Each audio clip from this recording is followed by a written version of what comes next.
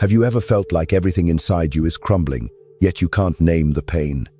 You lie awake at night, your mind racing through shadows you can't control.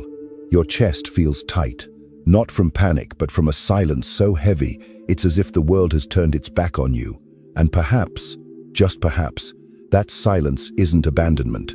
It's a whisper, a calling. Not from the outside, but from within. What if I told you this isn't anxiety? That what you're feeling right now, the unraveling, the confusion, the weight pressing against your chest, it's not a disorder. It's a doorway, a threshold. Something inside you is not breaking down. It's breaking through. Carl Jung once said, "Who looks outside, dreams. Who looks inside, awakens." And maybe this is what's happening to you. Maybe the chaos you feel isn't a malfunction. Maybe it's the soul's first attempt to awaken from a life that no longer fits. You see, most people don't talk about this part. They don't tell you that spiritual awakening often masquerades as anxiety. They don't tell you that before the light comes, there is disorientation. They don't warn you that when the ego begins to dissolve, it screams. It clings to the familiar. And in that resistance, you begin to feel like you're drowning in your own skin. Sleepless nights, shallow breaths, that haunting sense of not being able to connect with the world anymore. The people around you feel distant. Your old passions seem dull. The very things that once gave you comfort now leave you empty. It's not because you're broken. It's because something deeper is trying to emerge. There is a sacred discomfort that arrives when your soul begins to speak louder than your conditioning. It shows up as restlessness, as unease, as the question, what's wrong with me? But the real question is, what part of me is waking up? You're not going crazy. You're shedding. You're letting go of the layers that never truly belonged to you. And of course it hurts. Of course it's disorienting. You've spent years being taught who you're supposed to be, and now your soul is calling you to become who you truly are. What if your anxiety isn't a signal to retreat, but an invitation to enter, to pause, to listen, to turn inward? Jung believed that every one of us carries within a self that is vast, eternal, and whole. But that self is buried beneath years of programming, social masks, and emotional wounds. And sometimes, the only way that self can rise is when the false structures collapse. That collapse feels terrifying, but it is sacred. So when your heart races in the middle of the night, when your chest tightens with invisible weight, when your mind spirals into what-ifs and unknowns, remember this. You are not losing yourself. You are meeting yourself. And yes, it may feel like the end of something, because it is, but not in the way you think. It is the end of pretending, the end of performing, the end of chasing a life that never belonged to you. And what comes next is not madness, but meaning. You are standing at the threshold of transformation, and no one tells you how lonely that threshold can feel. No one prepares you for the silence, for the space between the old you and the new. But within that silence lies the blueprint of your awakening. You are not being punished. You are being prepared. What you feel inside that unbearable friction is the tension between your soul and the persona you've outgrown. And though it hurts, it is necessary, because the version of you that is emerging needs space. It needs truth. It needs you to surrender everything you thought you had to be in order to become who you truly are. You're not anxious. You're awakening. And once you see it for what it is, you'll never look at your pain the same way again. Because pain is the soul's way of saying, there is more. More than this role. More than this rhythm. More than survival. You are being called to depth. And this calling won't come with applause, or followers, or comfort.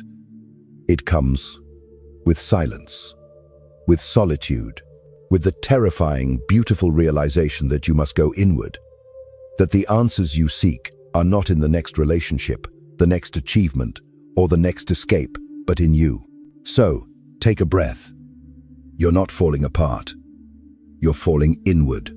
And in that falling, you are being caught not by the world, but by the deeper you that has been waiting all along. This is not anxiety. This is initiation. This is the beginning. And the soul that is stirring inside you has been waiting for this moment. Welcome to the edge. The next step is not out there. It's in here. And that step, no matter how uncertain, how unfamiliar, how frightening, is yours to take. Because the anxiety you feel is not the enemy.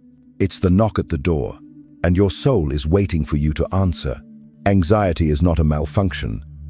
It is not a flaw in your system or a sign that something within you is broken beyond repair. What if it's the opposite? What if anxiety is the soul's way of marking a threshold, a rite of passage disguised as distress? Carl Jung once said, "One does not become enlightened by imagining figures of light, but by making the darkness conscious." That darkness, uncomfortable, chaotic, often terrifying, is not meant to destroy you. It is meant to reveal you. The anxiety you feel is not the problem. It is the invitation. Picture this: a narrow passage, dark and unfamiliar, pressing against you from all sides. It's tight, it's suffocating, and every instinct in you wants to turn back. That is anxiety. But it is also the corridor that leads to your authentic self. Not the self shaped by expectations or survival, but the one that lives beneath the layers you've spent your life constructing. Anxiety is the trembling of those walls as they begin to crack. It's easy to believe that your anxiety is evidence of dysfunction. After all, it makes everything feel fragile. But what if it isn't fragility? You're experiencing what if it's friction. The friction between who you've been and who you are becoming. The pain of shedding skin, the burn of transformation. There is something inside you that wants to be born. And the birth canal is not wide, nor is it silent.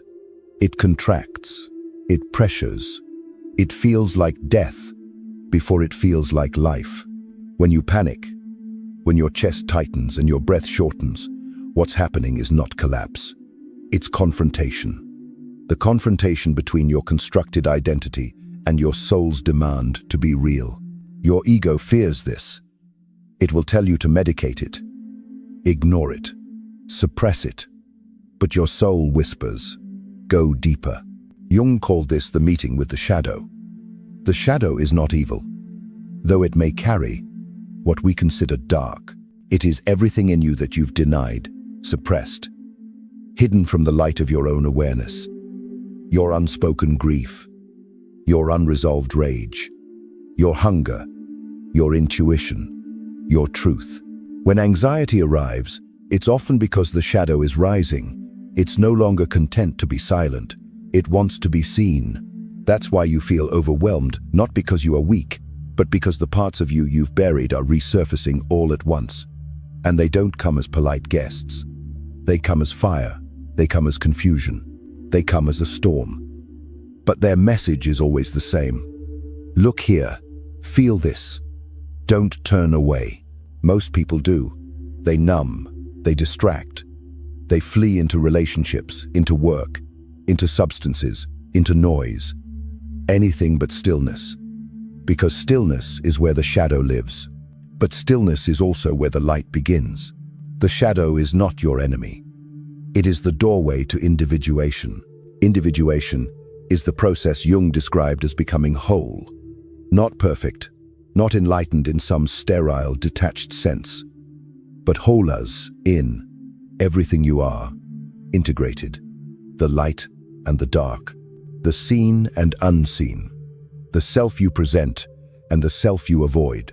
And individuation, make no mistake, is not soft. It doesn't come with affirmations and incense. It comes with grief, with letting go, with nights where you question everything. It comes with rage you thought you weren't allowed to feel, with memories you buried so deeply you forgot they were yours. Anxiety is the drumbeat of that unfolding. It is not the signal to escape.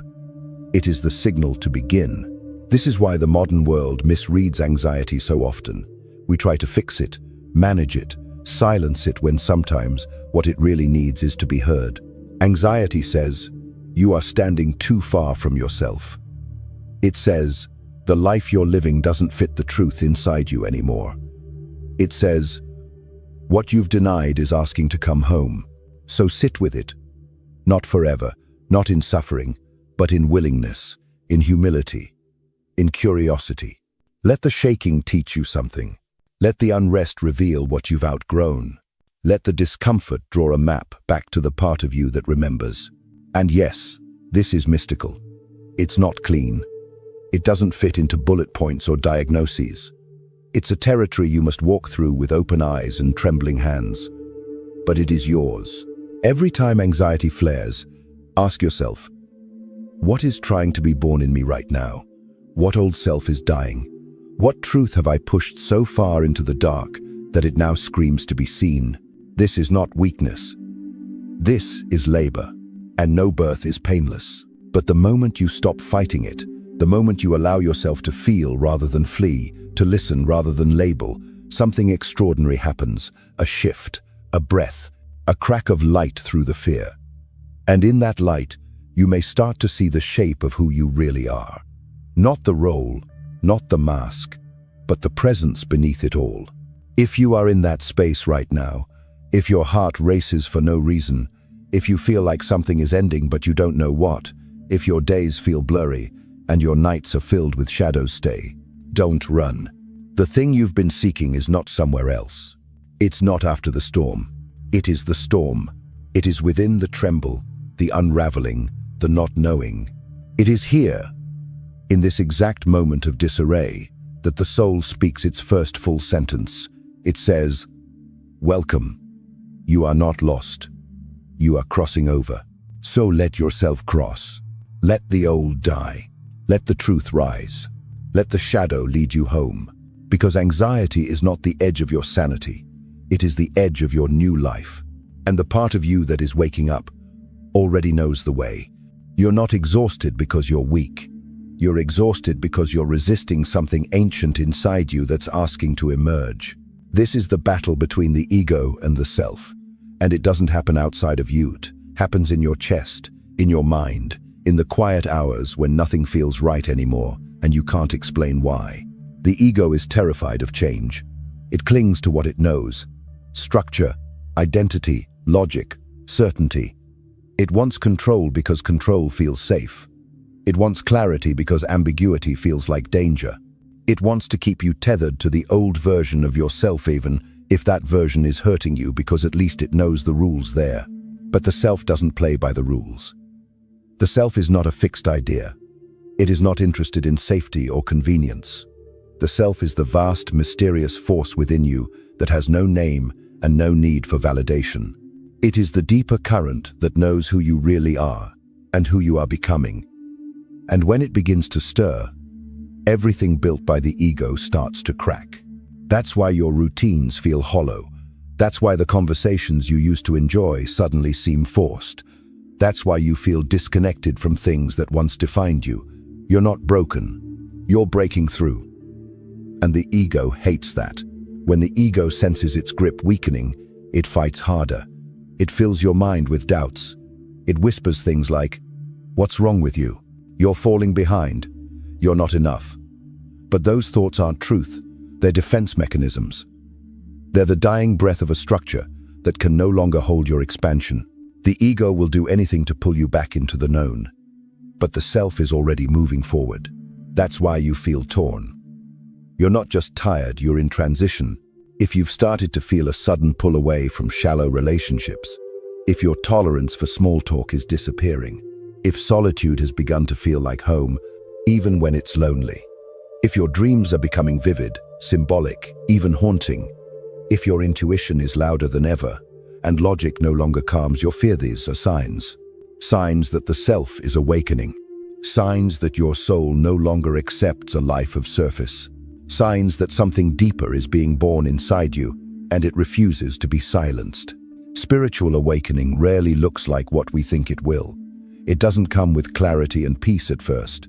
It comes with unraveling. It comes with confusion. It comes with a deep and aching detachment from everything that once made sense.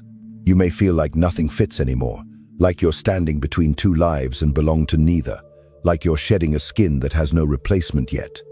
That is not regression. That is the void before rebirth. And in that void, the ego panics.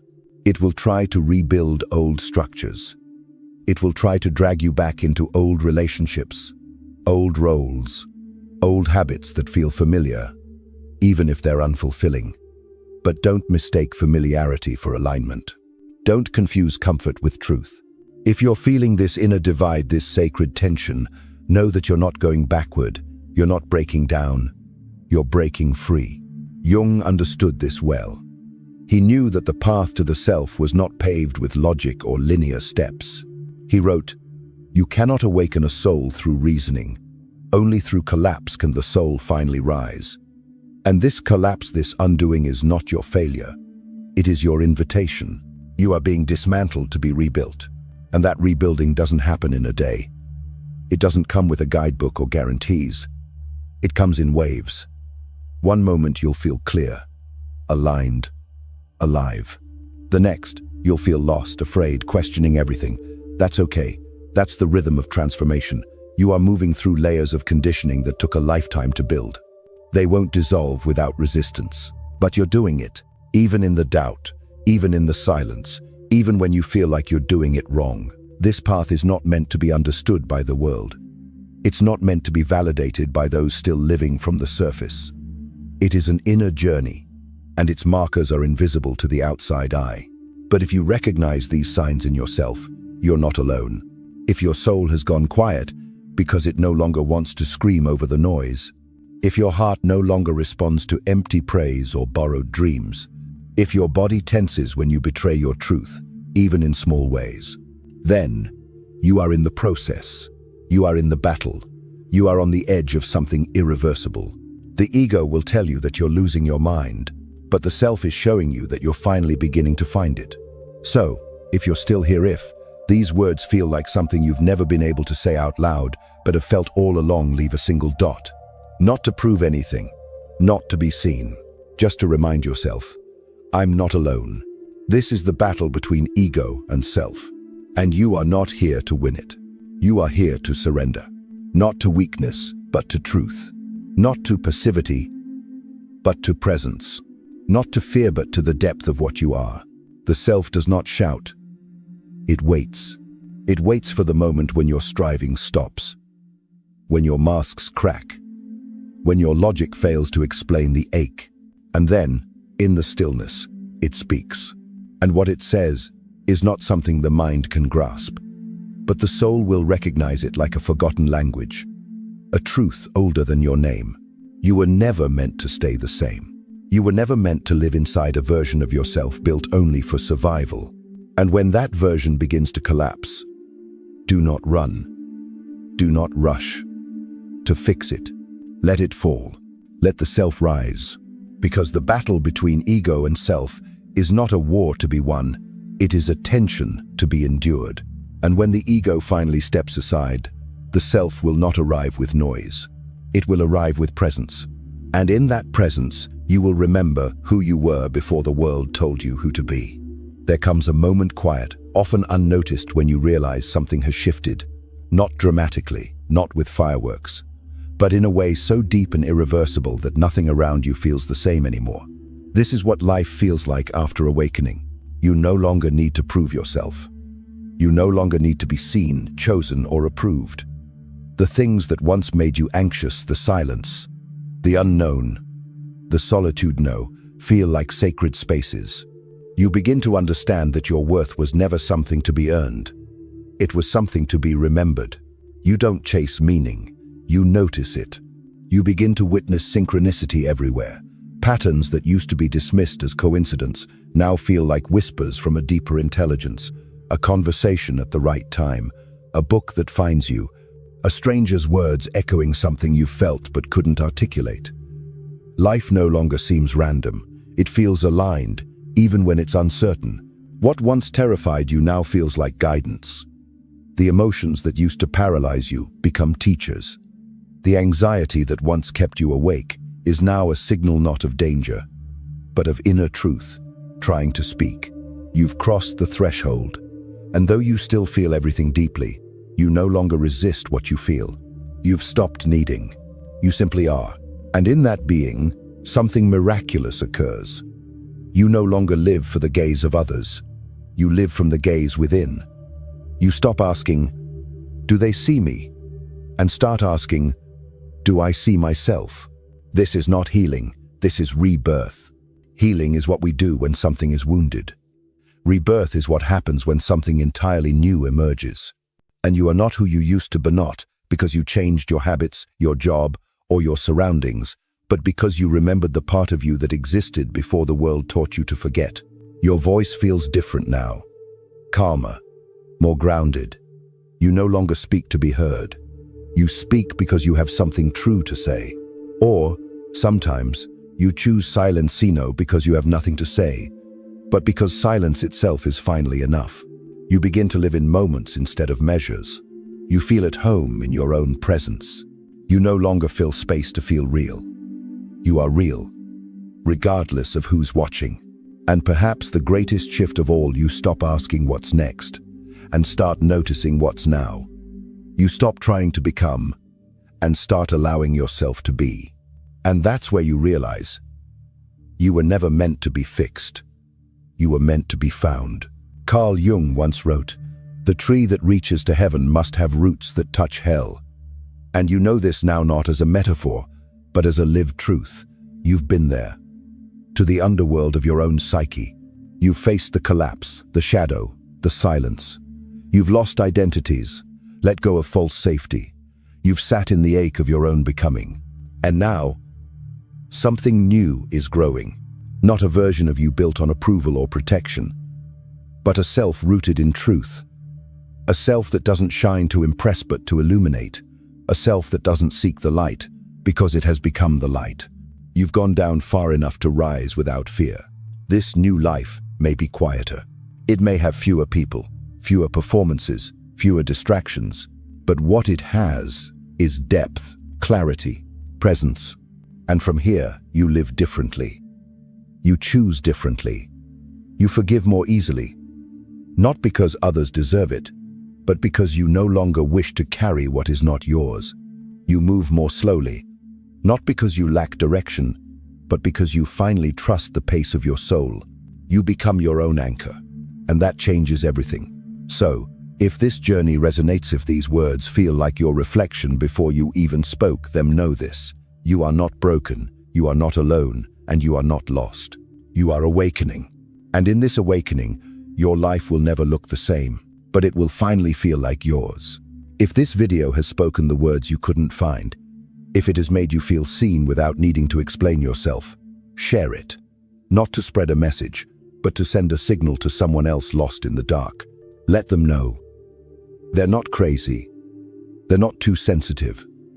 They're not failing. They're awakening. And that changes everything.